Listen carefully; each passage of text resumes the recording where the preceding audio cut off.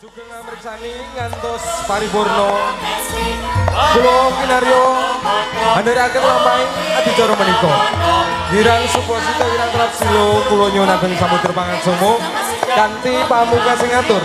Wassalamualaikum warahmatullahi wabarakatuh. Sugeng dalu, sugeng amriksani. Nuwun, matur nuwun.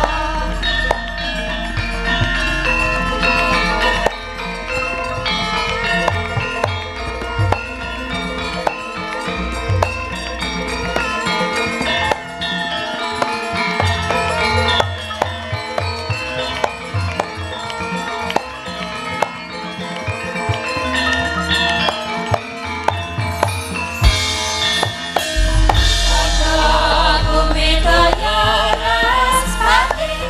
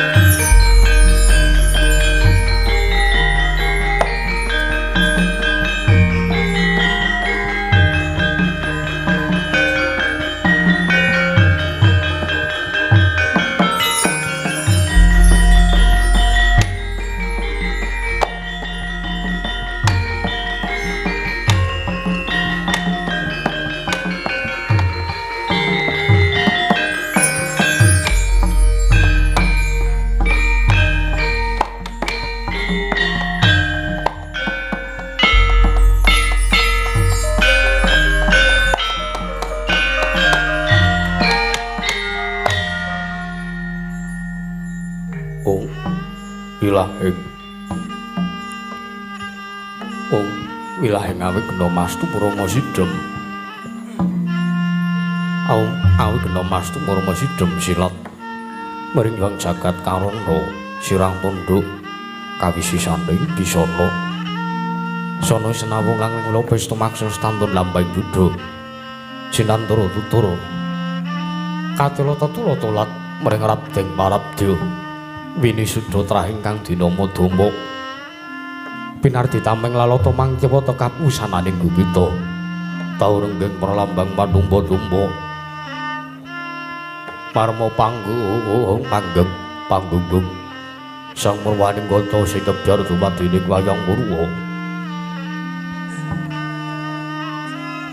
purwakaning kandha winarik aruntuting basa dongeng kina ngemusu rasa yen narasaya karaos mulacari rohang rasa wandi uruhing diri rasa rumangsa ngrumangsani lirjan wangil kaca jarwe wis nakup caing carita ala becik wis kagelar jroning pakeliran yaiku sejatine sayekti amriksani pagelaran dinggit Purwa Surya Candra Daru nyewang kartika wis kinurba kodrateng kawasa sahari ratri angitri bawana perwatleging duksina gilir kepandhi temadati petanganing dina sasi warusi windu kang sarta abad tetungkulan tangkar tumangkar toya siniram embun toya Jawa pating krembya dada padhang ing kutu-kutu alang tuku burung-burung yang buruntu dada beranan tanpa wicalan padang terawangan senari sangguang renanggang sumur bawani jagat mungging jagat wetan tuk munggup-munggup mungging kalkan wukerabang merngangga lamun kang sayan dilat-dilat bumi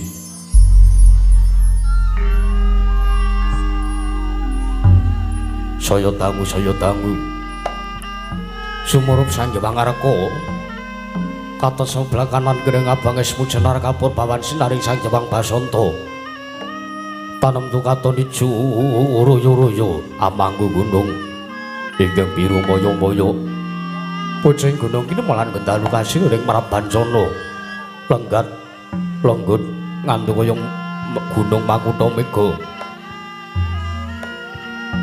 tanpa tawis dangu soleng kawula dasi dene laras wangupaya buga garap Tegal Sawayi anglu ursilur tatan wala pedhoti sinabi sendunan sesindenan mikul garu lukune anggiring raja kayane sawane ana pirembagan Samara Wangi sang Hyang Arkasaya tanggu saya inggil wis katon mala sinari jagat dunung ing kiblat papat lor kidul wetan miwah kulon sinaring jagat kang samara Banyadara Bandaja Rebul Kekuwung parandiri datan wonten ingkang amadani Kekuwung Praja negari Ngastina ya praja negara ing Ngastina ya negari ing Hastinapura liman benawi Kuru Janggala dasar negara tanantuk 2000 jangkep ditego krana negari Ngastina dumadi saking pulo-pulo bebanjaran sinasapan toya binawi tramya beng samudra binang langkung kang tanpa wagun pegating panunggal kapantuk uljeng Cakrawala wane-wane cakreng bebisik sawane kineping jurang sorong kinepung gosirung kinarya sesuing peksi lawet miwang sarang burung wonten ugi pasisir antar sasur jembar kebekaning pasir gumelaring garis pinggir sadya tinanduran kang murakapi pandya Bathari Sri Anglar Pasabinat Jajah Rukmi Sari kang pinangga Pratiwi pategalan gopal wijing kang ngerbuyu gegudhongane ambek kowe nganti kaya manglung malangun wetane pala kewendhem pala kesimpar pala gumantung sadotan kujiwa cinawi tukulan kemawe kesarasaning dewi ing raja kaya tewen sansaya ngrembug lampun sangak glaring mangunan lampun wanci sarap surya samya bali mring kandhange sowang-sowang datan ana caraning kandhang aku nancing palang labet tebi saking Tita Durjana cuti samya sayek seka kapti akal uring nusa bangsa tuwin negari Ngastinapura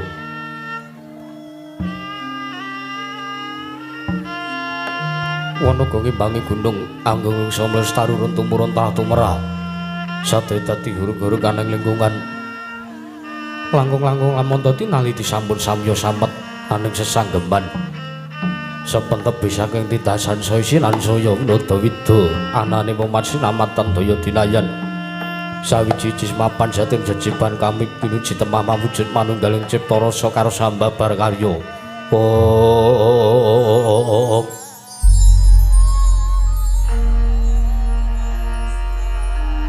Kenging binasake negari Ngastina lagu semolagya manjing marang jaman kencana panjang munjung pasir pawukira jinawi gemah Haripakarta tata turta raharja dasana guru kang gedhe bori padang jagati dur kuku setor tata kuncarane turta kasusuring panca praja lasnenta wau aneng wenangira den ucap dosa namaning Sang Nata dosa 10 nama wis mestani jejuluk Sang Nata Prabu Duryudana ya Maha Prabu Suyudana ya Kurupati Jaka Pitana Jaya Pitana ya Gendari Suta ya Sang Dastarata Siwi ya Sang Dastarastratmaja ananging nalindra berbandha berbandha tegese numpuk brana picis bebasan sak pratelanning jagat kasuganing Sang Prabu Jaka Pitana berbandhu tegese sugih sedulur nanging ana cacating sawetara denya kirangudi mring reh tata krambi apa to tandane kadang satus kang samya nyatakna ing gunggunging karo sanira miwah sakarsanira piyambak pramila kaladuk denya duweni watak semungah sesongaran Adigang yang adiguna ngandelaken dumeh kadang nata gong Winetara yen to kinunggunga wiyare jajan mewah luhuring keprabon syarat ridatan tebete siningget pinunggal kang kawicarita nujari sajuga lenggah sang nata tedhasi wa kaneng sitinggil Binaturata lenggahing dampar kencana ingkang pinalipin kencana pinatik mawa retna ninemekan babon pirang merdani sinebaran sari-sari Kinanda Wida jebat kesturi kongas gandane mangambar dumugi aning sanjawining pasewakan kinarebeg sagunging para inya biyada bedhaya srimpi manggung ketanggung Joko kaloro-loro kang samya ngambil pancane kerabon banyak dalang hartawalika sawunggaling mas kacu Dwi Panggo kang sarwa retna ginebutan laring menyura kantan kiring sumerbak gandaning Sang Nata dumugi panguraan sirna kamanungsan yaya sang hyang prabancana ngijawanta para tidem permanem datanana bane walang miyang alisik muhung sinten ingkang pareng caket dere mangarsa nenggih warangkana tapi dalemping plasa jenar nenggih sang Rekyana Patih Arya Sengkurya sang Nindya Mandri Rekyana Patih Harya Suman ya kekasih Raden Trigantalpati datana kantun pilenggahipun pujangganing negari Ngastina muhung pandhita ing Sukalima peparap Sang Tapa Begawan Durna ya Dayawang Druna ya Sang Resi Kumbayana ya Sang Baratwaja Putra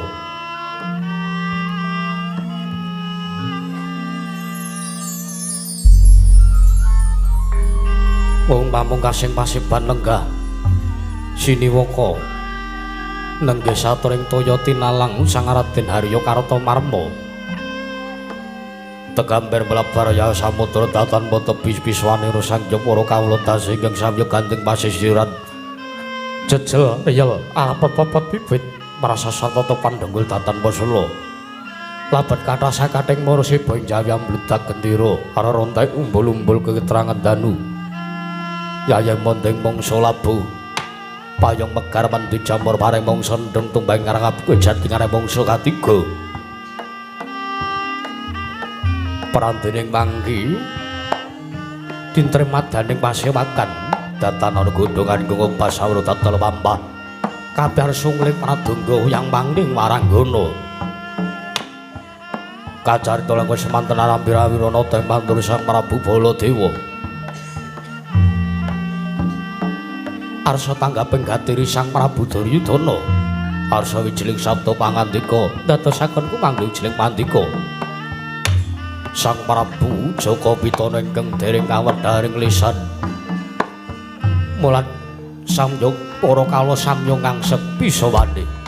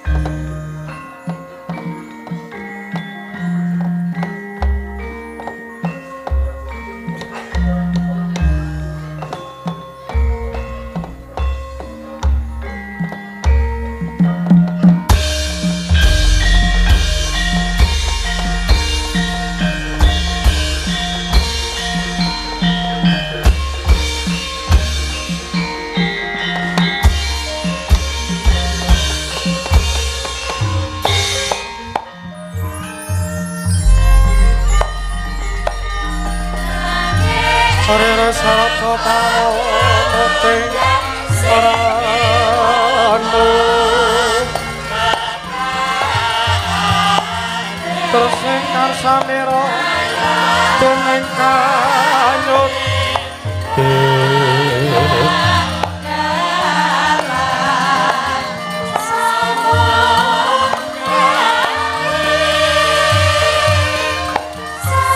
manis Nalira ingsun Gusti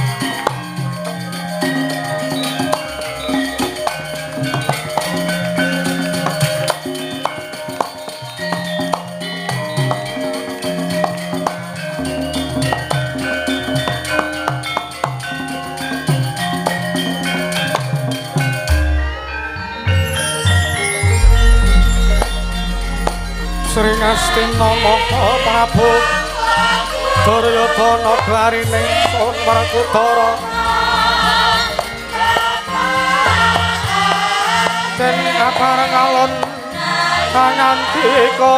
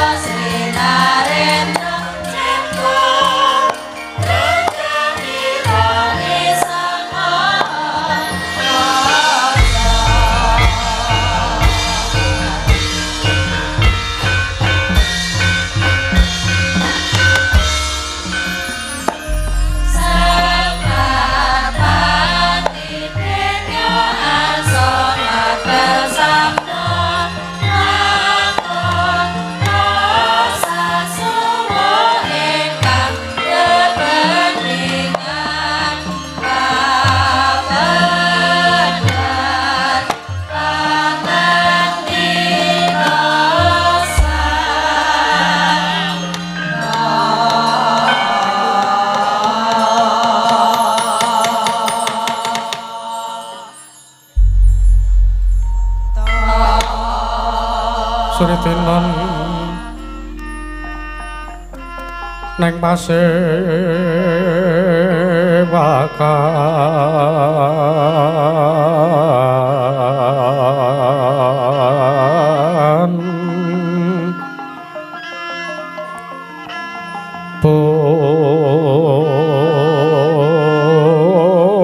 busana maneka warna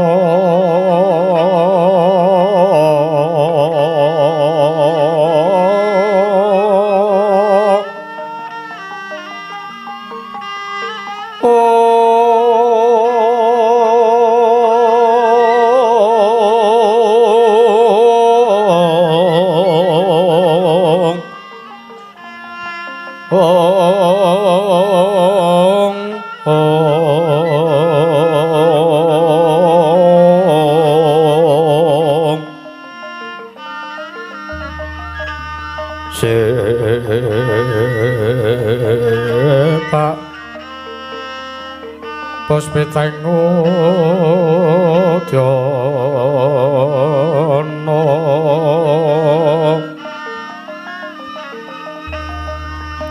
Nyang Mansra Sarwa Rukma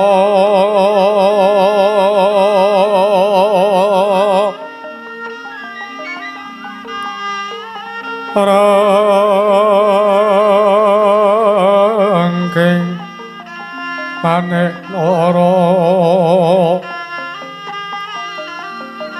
narawata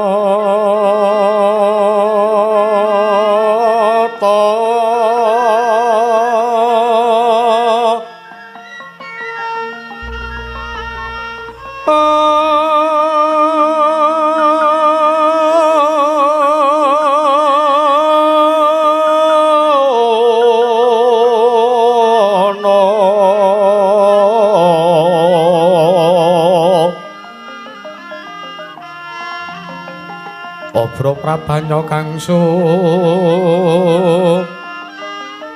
mirat kenyaring neca laliwaran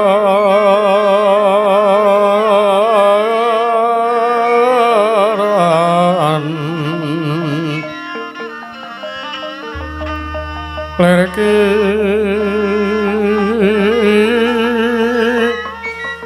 laci siring tadet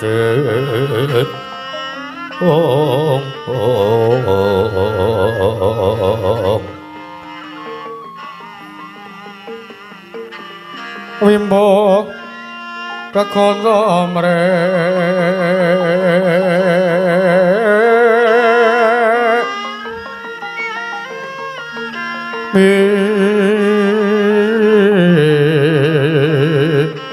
pingin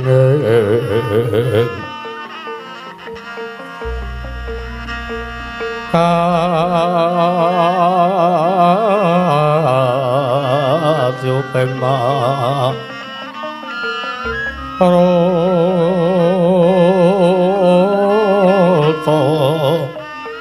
ondo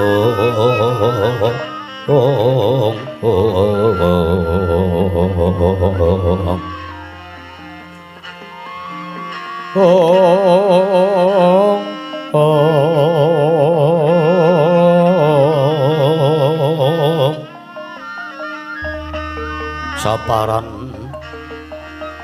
mangambar kongas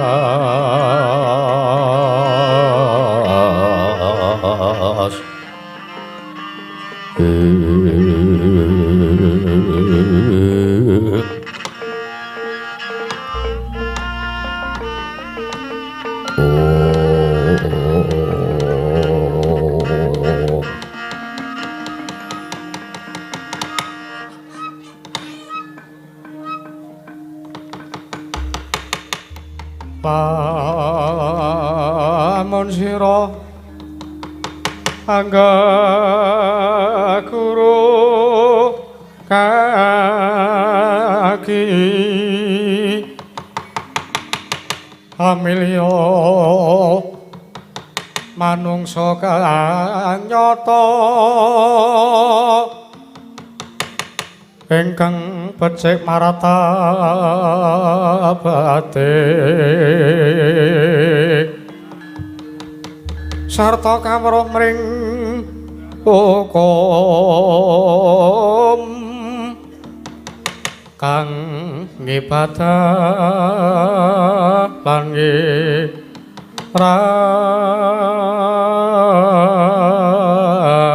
ngiranggit syukur oleh wong tapa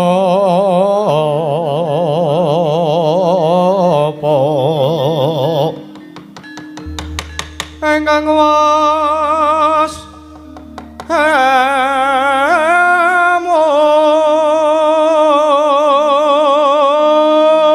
mungkul tan mikir pawehing liyan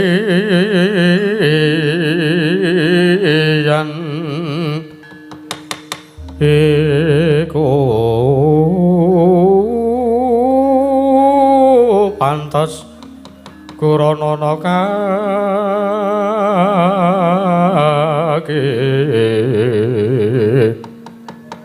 sartane kawruhana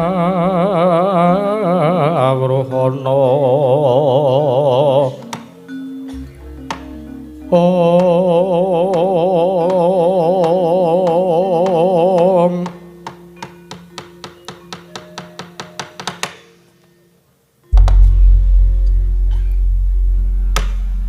Liwangsuk mono mangadili duwi ana sasmintaning sujagat wasane kubur loro durmangke paman pati Haryo Sengguni paman pati Ploso Jenar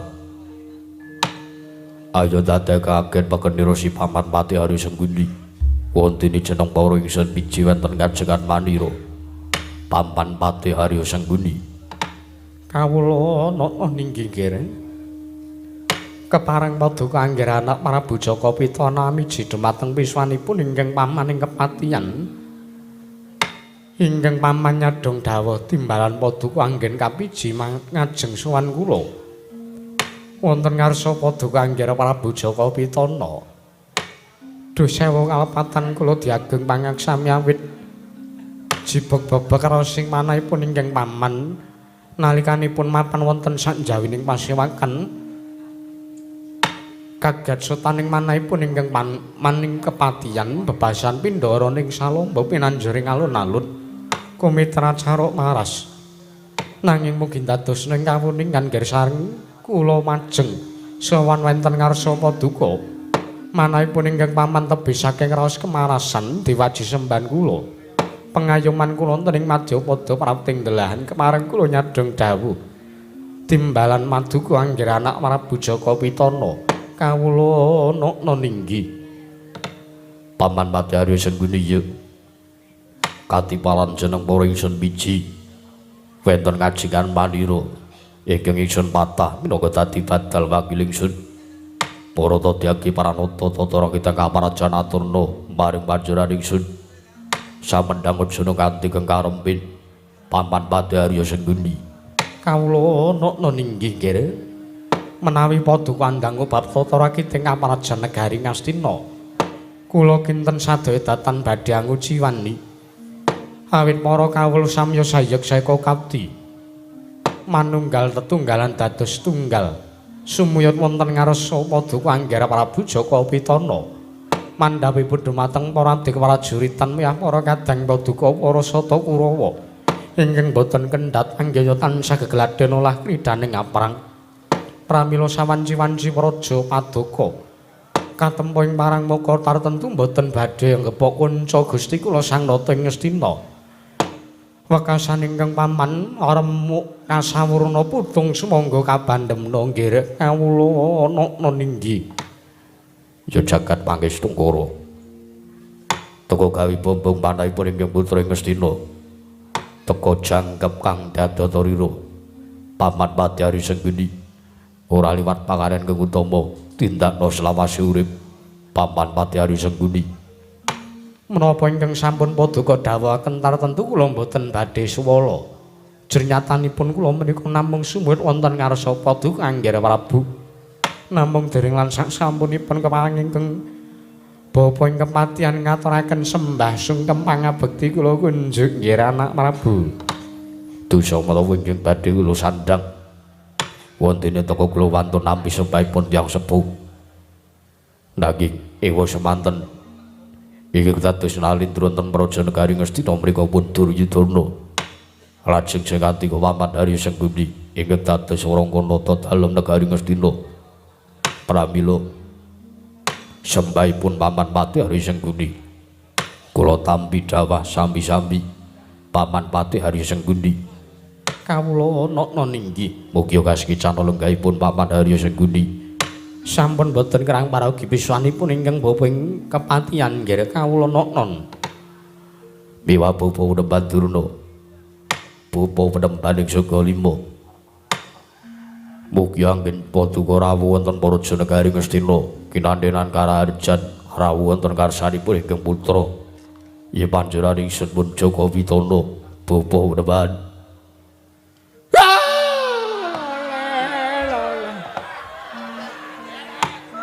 Astaka swala sila pritapa sumarante. Hawala kamanaka kula gopret gantel buntuting selikur. Nyuwun pangapunten nggih, nyuwun pangapunten.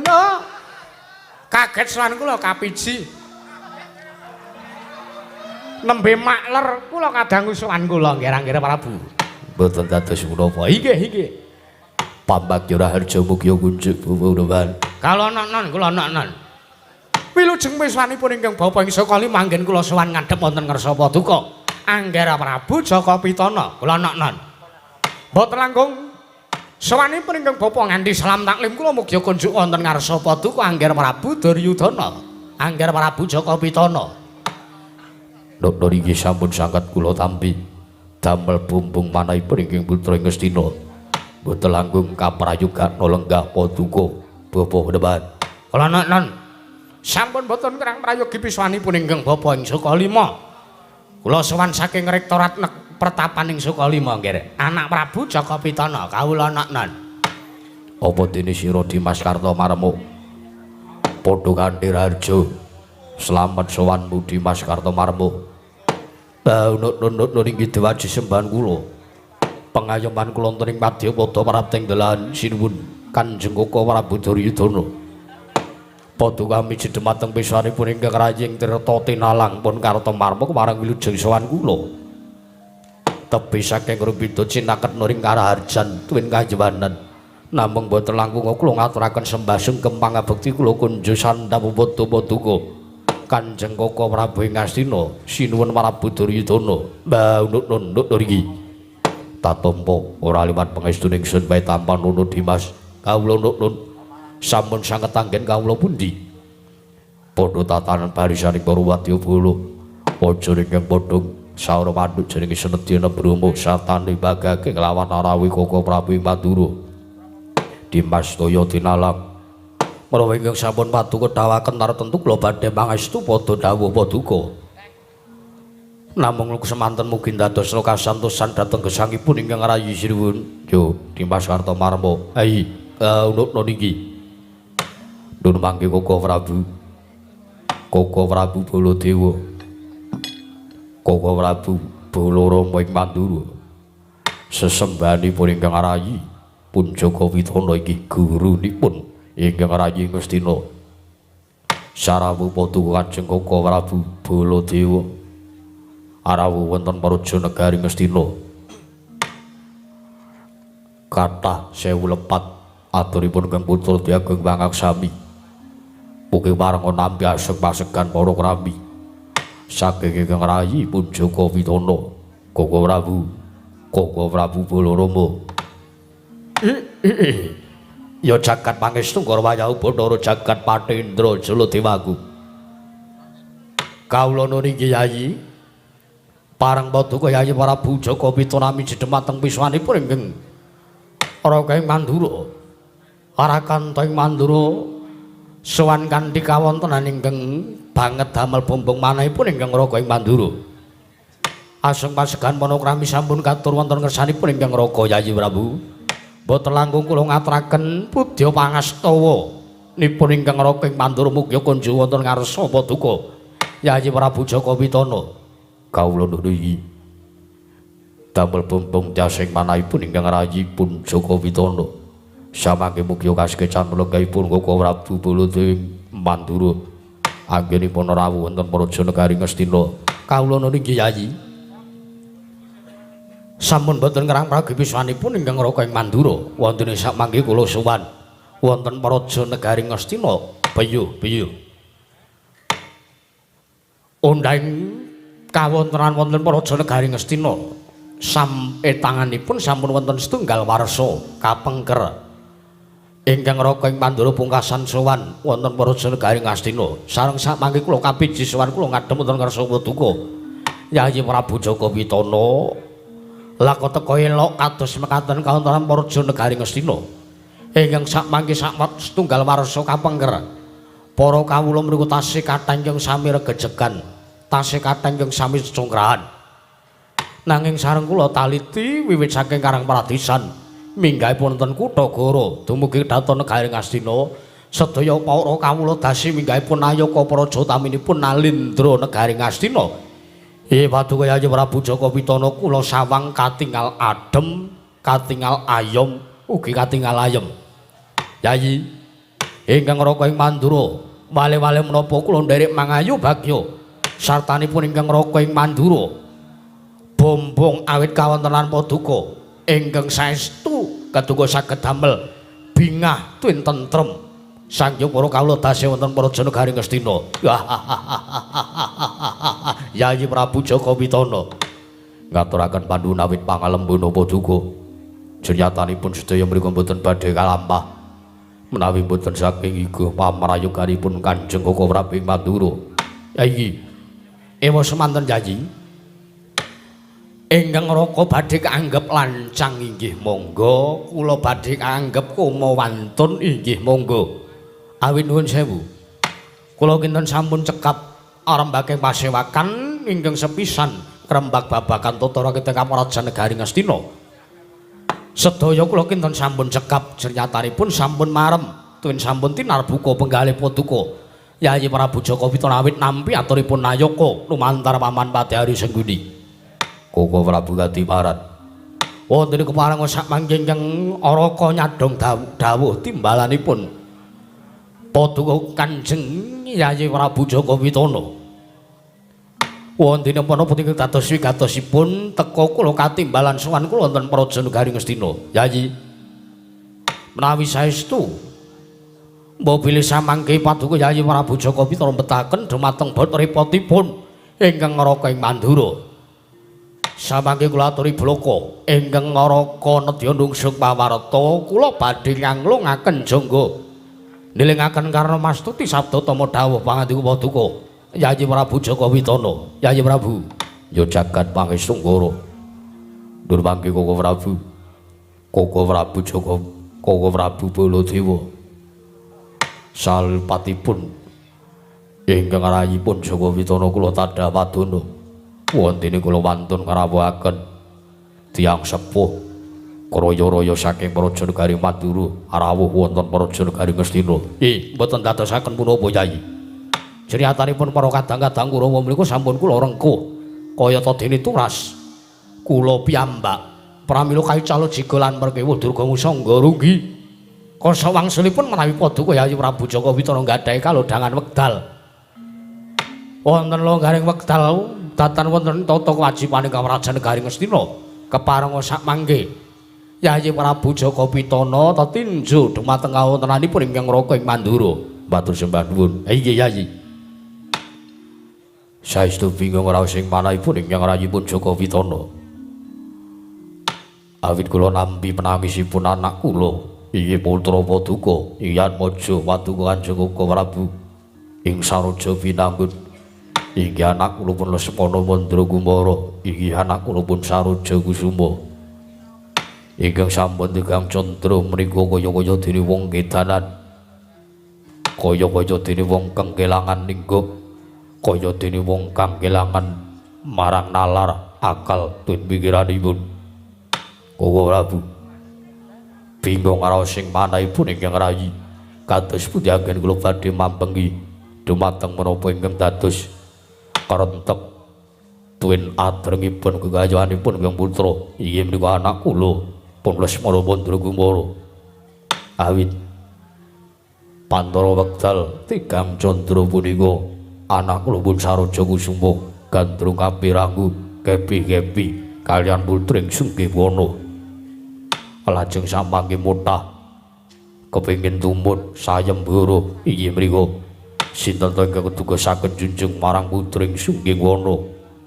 pramila samangke kasempatan anggenipun boyong tun badhe kedah mengku garwa dumateng putring Sunggiwana menika kula wau pramila ancasipun ingkang rayipun Jaka Pitana nyuwun nggih pamrayoganipun Kanjeng Koko Prabu Baladewa anggen samangke kula rawuhaken wonten Paraja Negari Ngastina menika Koko Prabu Balarama Koko Prabu Baladewa lengleram nyandeng kang Driya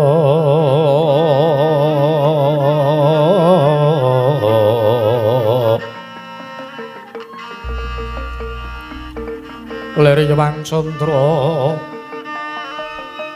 katawangan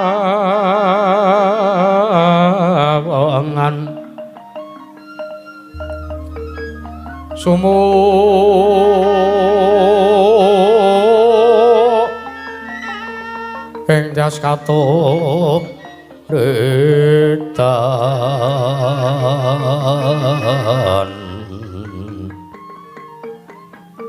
lemot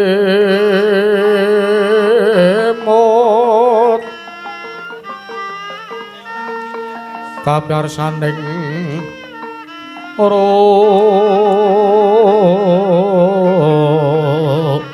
rojet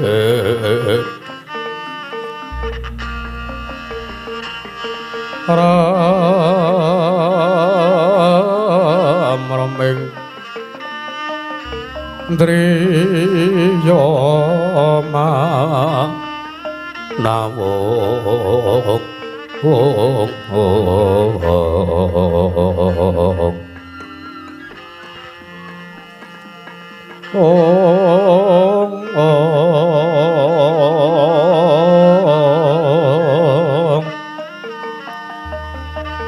Koko wong nyewang wisesa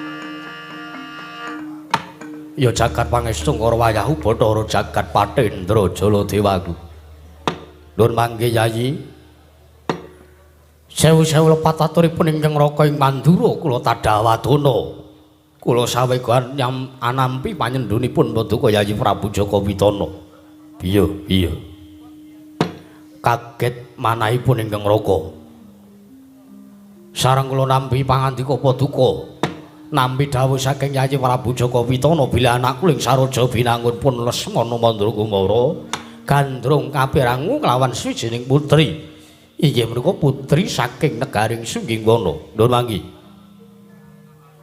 anggenipun anak kula Lesmana nggadahi gegayuhan inggih menika adreng kepengin gayuh putring Sunggiwana nuwun manggi Yayi menawi Paduka Yayi Prabu Jaka Pitana nyuwun pamrayoganipun ingkang raka ing Mandura sareng kula bidhanget dawuh Paduka Yayi Prabu Jaka Pitana bilih putring Sunggiwana nggadahi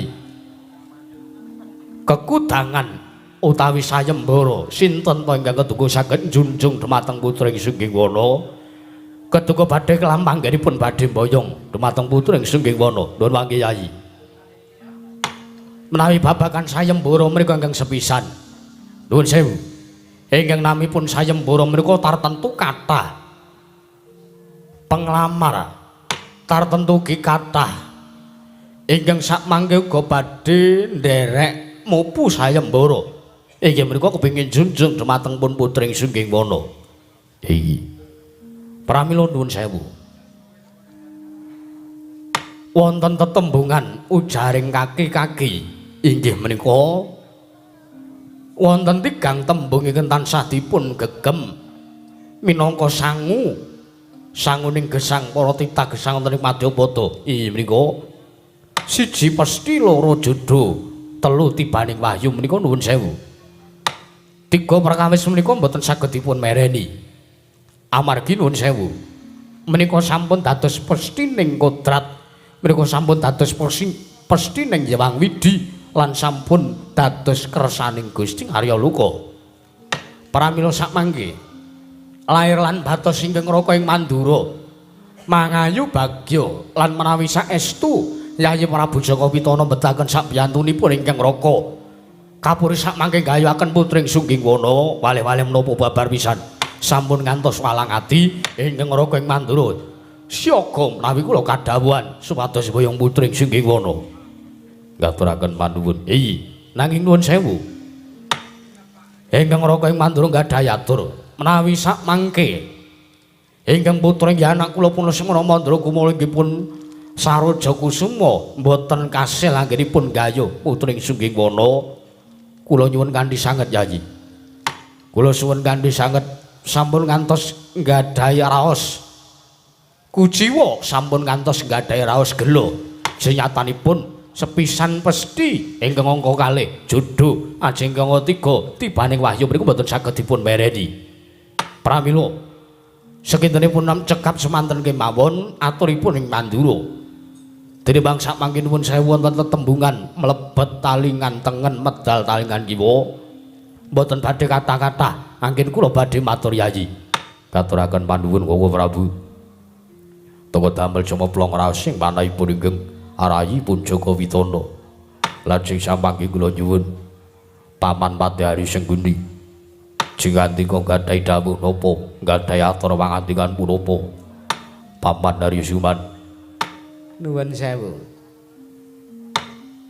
nek cara kula sing disuwuni igeh niki kaya-kaya ora ndayani atur kula nggih sababipun napa nuwun sewu wonten mriki menika rawuh pujangganing negari Ngastina. Wonten mriki menika rawuh gurunipun Marasata Kurawa. Sinten? Lah menika lho. Rektor Durna menika. Prayoganipun menawi paduka angger Prabu Jaka Pitana nyuwun dawuhipun ingkang pamaning kepatihan. Prayoganipun bab perkawis anggenipun putu kula pun Lesmana Mandragumara.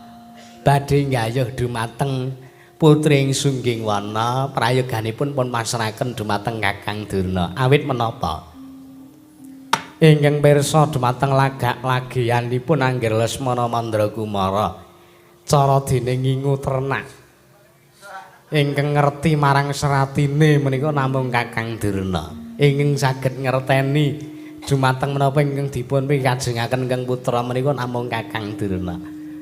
Pramila sumangga sakmangke kapasrahaken dumateng pun Kakang Durna. Awit nuwun sewu nggih.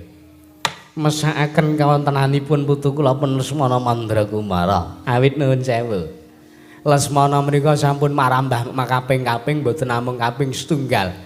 Anggenipun gadhe gegayuhan gandrung marang suwijining putri. Sampun wungsal wangsul para sata Kurawa pados pangrika daya sarana Karti Sambeka. Kinarya nggayuhaken menapa ingkang dados gegantilan atinipun putu kula pun Lesmana wondene ugi gagar wigartatan antuk karya. Contonipun nalikanipun Lesmana kepengin nggayuh atmajanipun Arjuna inggih mriku pun Janakawati. Lesmana kawon kaliyan pun Antasena. Lajeng nalikanipun kedanan kaliyan Mergiwa Lesmana kawon kaliyan pun Gatotkaca. Langgeng-langgeng nalikanipun jaman kedanan kaliyan atmajanipun Nala Gareng. Inggih menika pun Nalawati. Lesmana ugi kawan kaliyan atmajanipun mitra kantong bolong pun lengkung kusuma ingkang dipun sababaken pun kegulan dhisik nalika semanten. Nuwun sewu, lajeng ugi wonten panggayuh malih. Lesmana badhe nggayuh bakul legandha ugi mboten badhe kasembadan nalika semanten ugi gagar wigar. Pramila sumangga babakan mituwa menika kula aturi masrahaken dumateng Kakang Durna. Sekap semanten atur kula sumangga. Nur mangke Bapa Dewan Durna. Bapa penemban ing Sukalima. Mitra taturipun Paman Pati Arya Sengguni. Kula kedra masrahaken perkawisan anak kula pun Lesmana Mandra Kumara ing badhe gayuh putri Sungkiwana. Bapa Dewan Durna kados pundi? Bapa Dewan.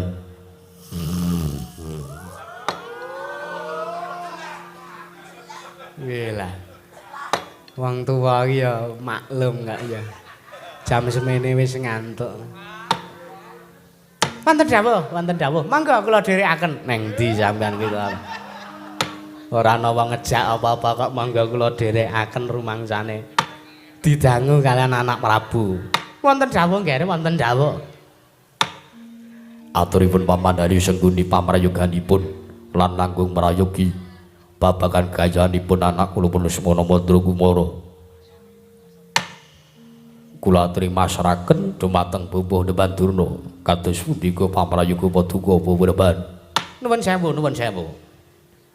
Pancen ora singkang dipun ngendikaken dening anak Prabu Baladewa nalika semanten siji pesthi loro jodho telu tibaning wahyu menika ingkang dados kodratipun Hyang Manasa. Hai.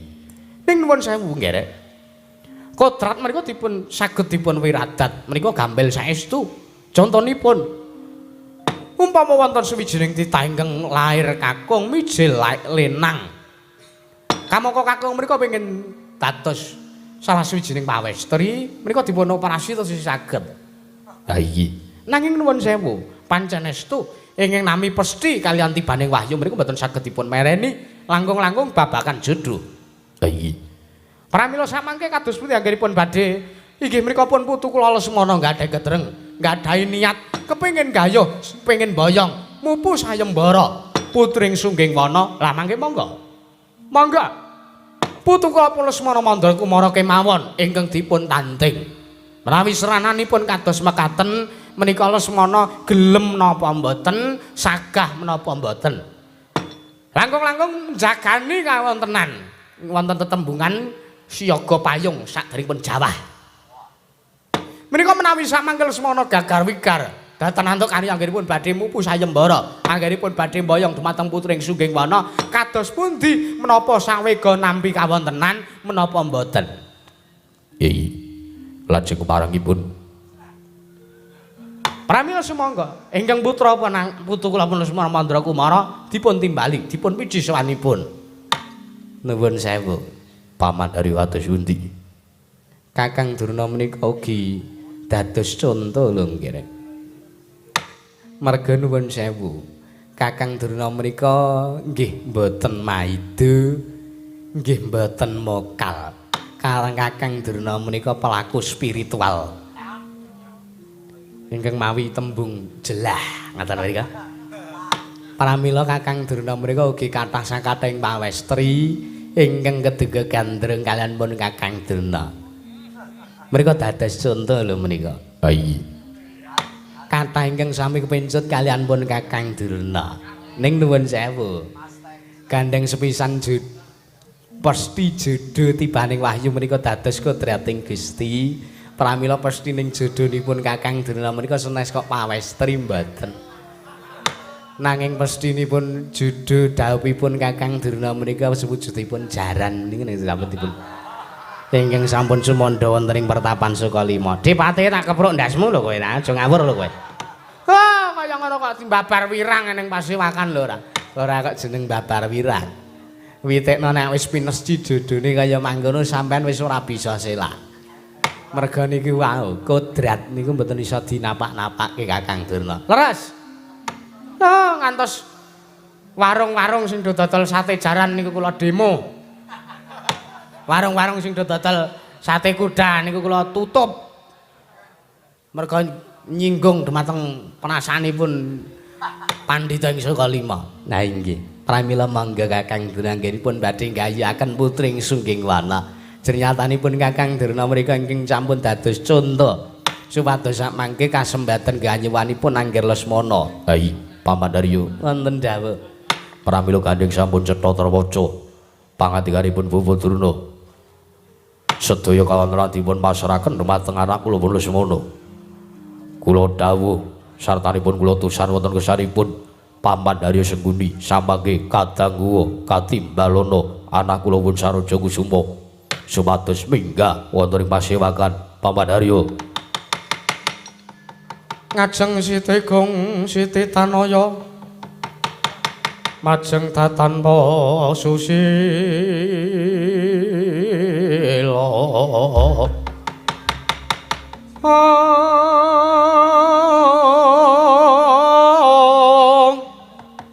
Mijil tukanira Sang Narpati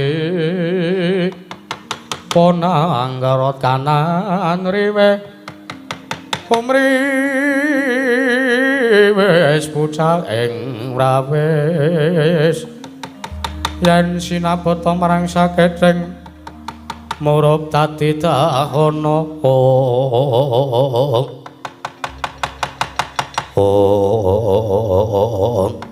Prastawa dawuh paduka Angger Prabu Jaka Pitana kepareng kula nyuwun pamit nggih. Katos-atos sampun kados lare alit katimbalana sahanipun Kang Putra Paman. Ayo.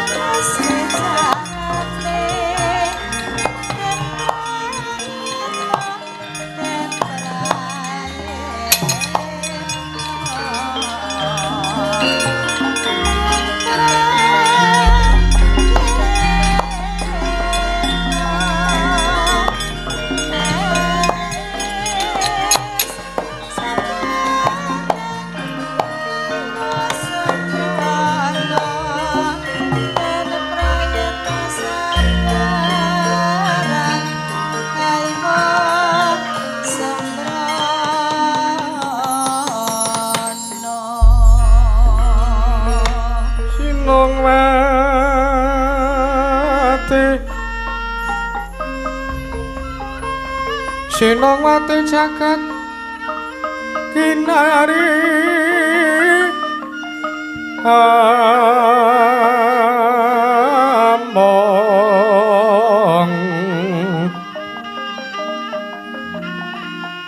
mbak lumembak ombak ing samudra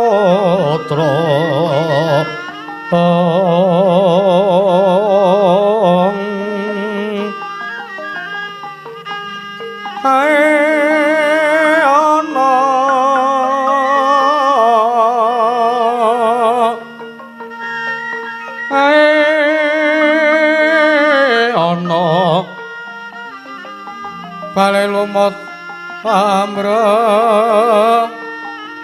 kang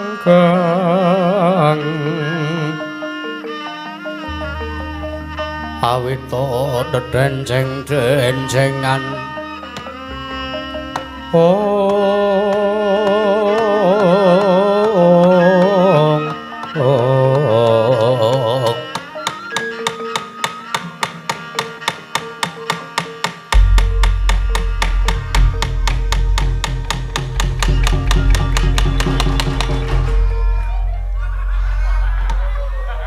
ya jagat pangestu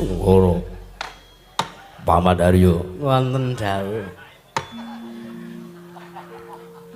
angin sing ngandika nimbali dumateng anak kula pun Lesmana katimbalan saking pundi Niki wau kula mider-mider kula madosi teng kesatian Saroja Binangun. Mboten wonten adat sabenipun lenggah wonten sak pinggiring sawah. Jebul kula padosi wonten kamar nggih. Enten kamar niku piyambake nembe dandan cara manten.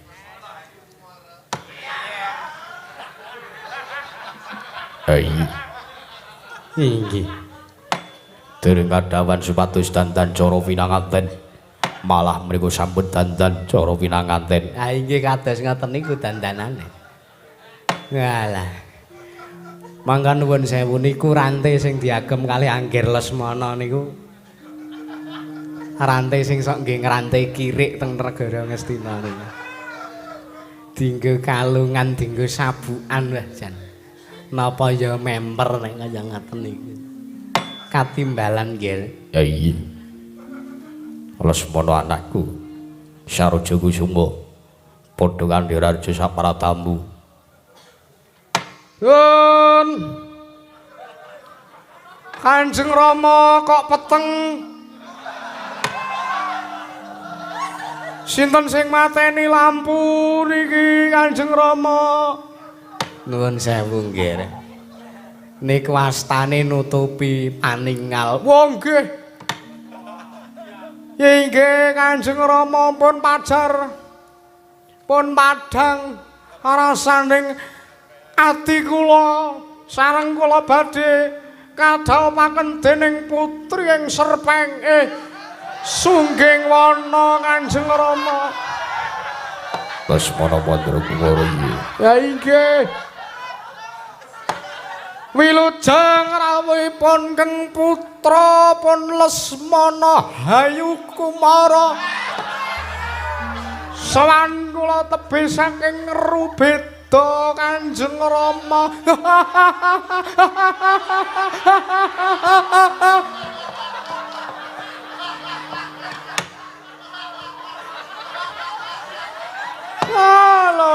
Lole mbak ya aja gawe stres wong tua ta ya Nger Lesmana. Aja gawe munek-munek pun bapa. Rumangsane apa? Nuwun pangapunten Eyang. Gara-gara weruh kowe guyu karo ndudingi wong-wong kuwi. Pun bapa nganti bola-bali tindak ning pakiwan. Merga sangka ora kuat ngempet. Nuwun Kanjeng Eyang inggih. Kula nyuwun bekti kula kunjuk Kanjeng Rama Prabu kula ngaturaken sembah bekti kula kunjuk Kanjeng Rama. Lesmana Saroja Kusuma ya. Tak tampa pangestune wong tuwa wae tampanono. Ha inggih. kula pundi wonten asta tetiga mugi dadosna ing kawuningan dumateng gesangipun Kang Putra prayoga nanggon musuhan sampun boten kirang prayogi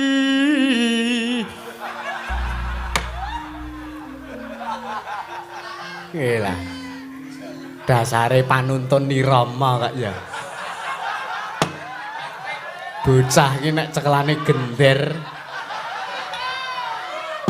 mung bengok wae nganggo laras saengge kedah mekaten kula menika SSN lho yang iya ger iya ah ya ora mokal kula nggih sekolah wonten ing kampung Inggris kula saged basa Inggris iya yes father nyadong dawuh father ngaturna sungkem menengar saning makmu Mandura Wa Prabu Baladewa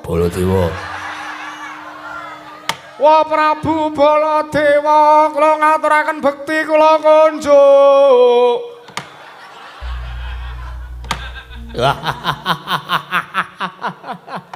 wah edan wah Lesmana wae anak ratu kok kaya ngono lah nganggo kalung rantai batobat sikile nganggo rantai sabukmu nganggo rantai ya mengimane kok kowe nganggo sumping kembang kaya ngono kuwi arepmu kepiye bekti kula kunjuk Kang Prabu ya tak tampa ngger anakku cah bagus saruja binangun ora liwat pangestu ning wakmu ing Mandura wae tampanana inggih kula pundi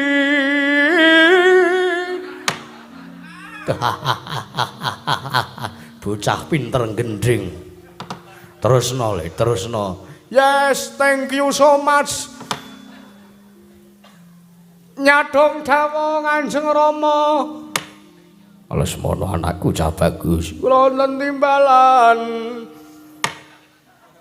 mesti bae wis dadi karentek sartane wis dadi tekadmu nggonmu kepengin boyong putri Sunggiwana Marata Tyagi waktu dina iki jeneng para bakal tak dawuhi supayane lumaku budal ana ing Marajanegara Sunggiwana sak mengko jeneng para bakal melu sayembara ora kejaba ya kuwi jeneng para kudu bisa boyong utawa kudu bisa junjung marang putri Sunggiwana yen to kelakon nggonmu junjung marang putri Sunggiwana bakal kelakon panjang kamu ngono nggih kasinggihan Kanjeng Rama inggih lajeng samangke bidalipun Kang Putra ngantri dumateng sinten lan dipun dherekaken dening sinten Kanjeng Rama ora ana kejaba yang bakal ndereke kelawan laku jantramu nggonmu bakal budal ning Marajanegara Sunggiwana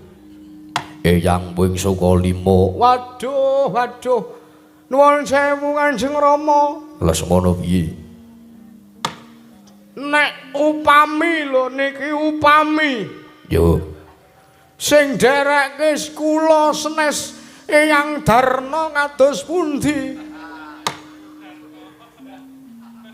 sababe apa to njaluk nayaka saliyane Eyang Wingsa Kalima merga nuwun sewu niku nek lunga kalih kula mesti rembukane saru-saru gandeng kula ngrumaosi kula menika tasih mapan wonten ing bangku pawiyatan Universitas Guru Durna pramila kula mboten sagah mboten wantun menawi kula sareng kaliyan Eyang Durna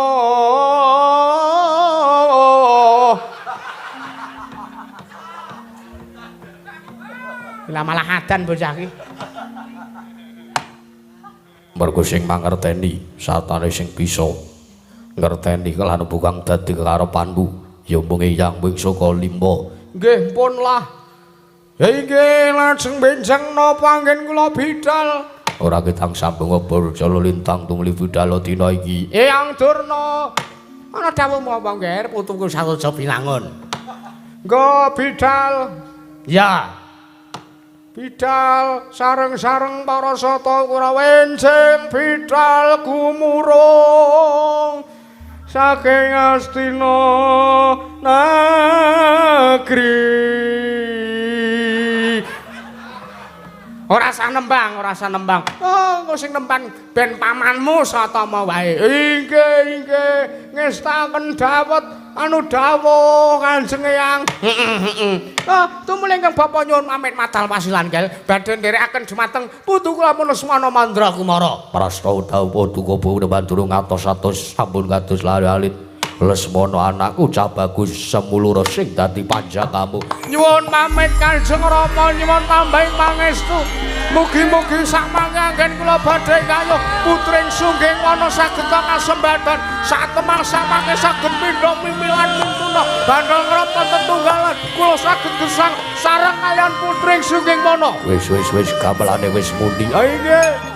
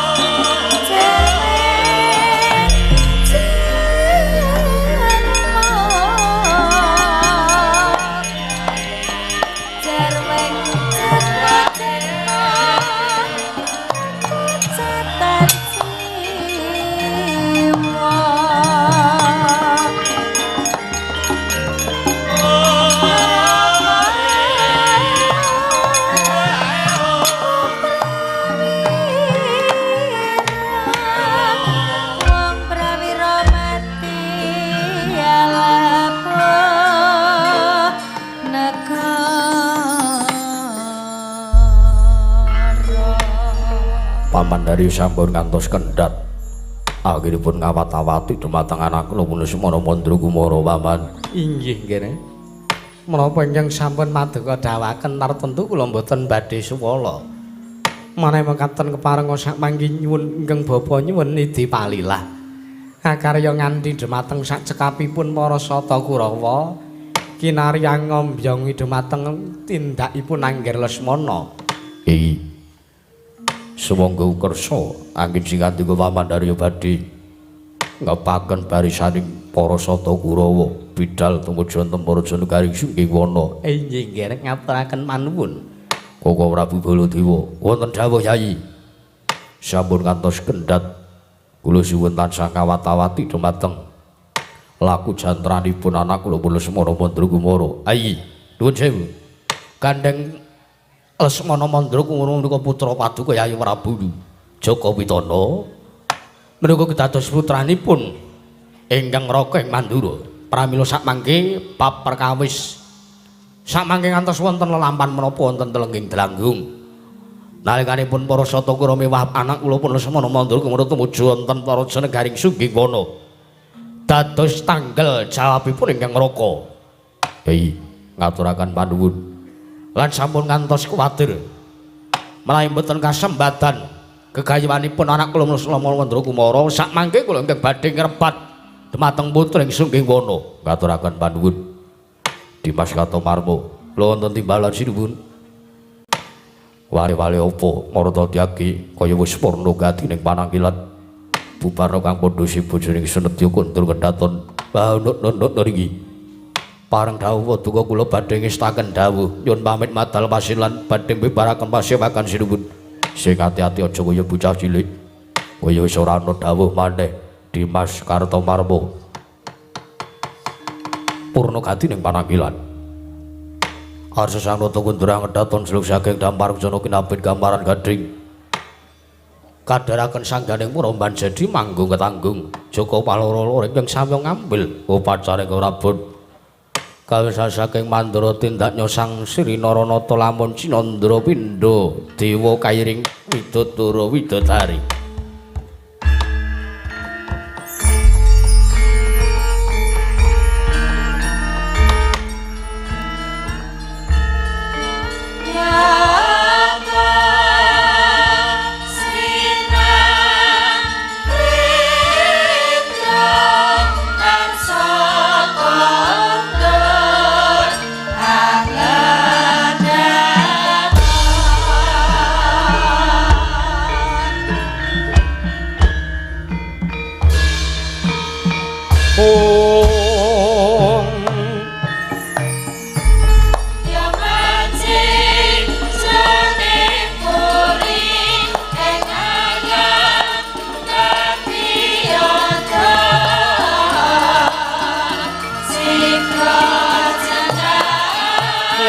Neng alang pranak laran tanun cara